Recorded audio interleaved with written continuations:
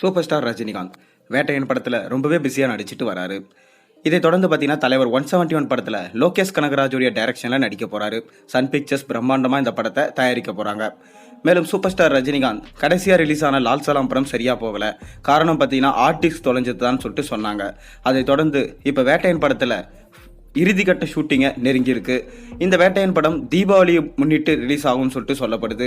ஆனால் அது எந்த அளவுக்கு உண்மைன்னு இன்னைக்கு வரைக்கும் தெரியலை.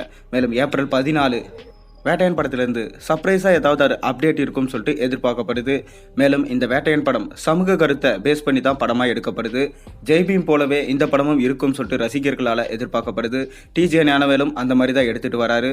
மேலும் சூப்பர் ஸ்டார் ரஜினிகாந்த் அரசியலில் நுழைய போகிறதா ஒரு காலகட்டத்தில் சொல்லிட்டு இருந்தார். அவருடைய உடல்நிலை சரியில்லாமல் போனதுனால அரசியல் பக்கம் கால் எடுத்து வைக்க முடியாமல் நிலைமையாக போயிடுச்சு.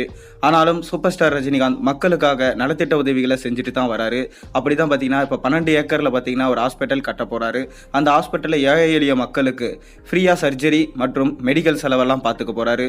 ஆனால் அந்த ஹாஸ்பிட்டலில் பணம் இருக்கிறவங்களுக்கு நிச்சயமாக ஃப்ரீயாக பண்ண மாட்டார். ஏழை எளிய மக்களுக்கு மட்டும்தான் ஃப்ரீயாக பண்ண போகிறாரு.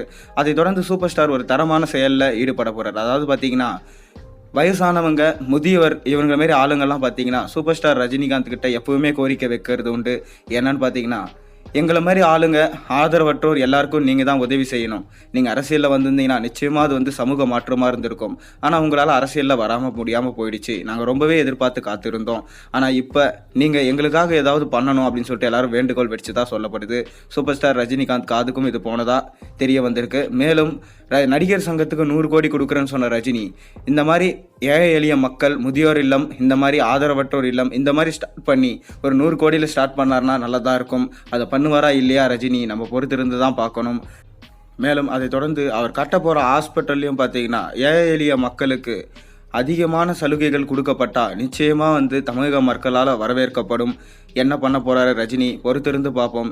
நீங்கள் ரஜினிகாந்த் என்ன செய்வார், எப்படி பண்ணுவாருன்றத உங்களோட கருத்துக்கள் ஏதாவது தெரிஞ்சால் மறக்காமல் கீழே கமெண்ட்டில் சொல்லுங்கள். மேலும் சேனலில் போகிற வீடியோஸும் மறக்காமல் சப்ஸ்கிரைப் பண்ணுங்கள், லைக் பண்ணுங்கள், பெல் ஐக்கனை ப்ரெஸ் பண்ணுங்கள்.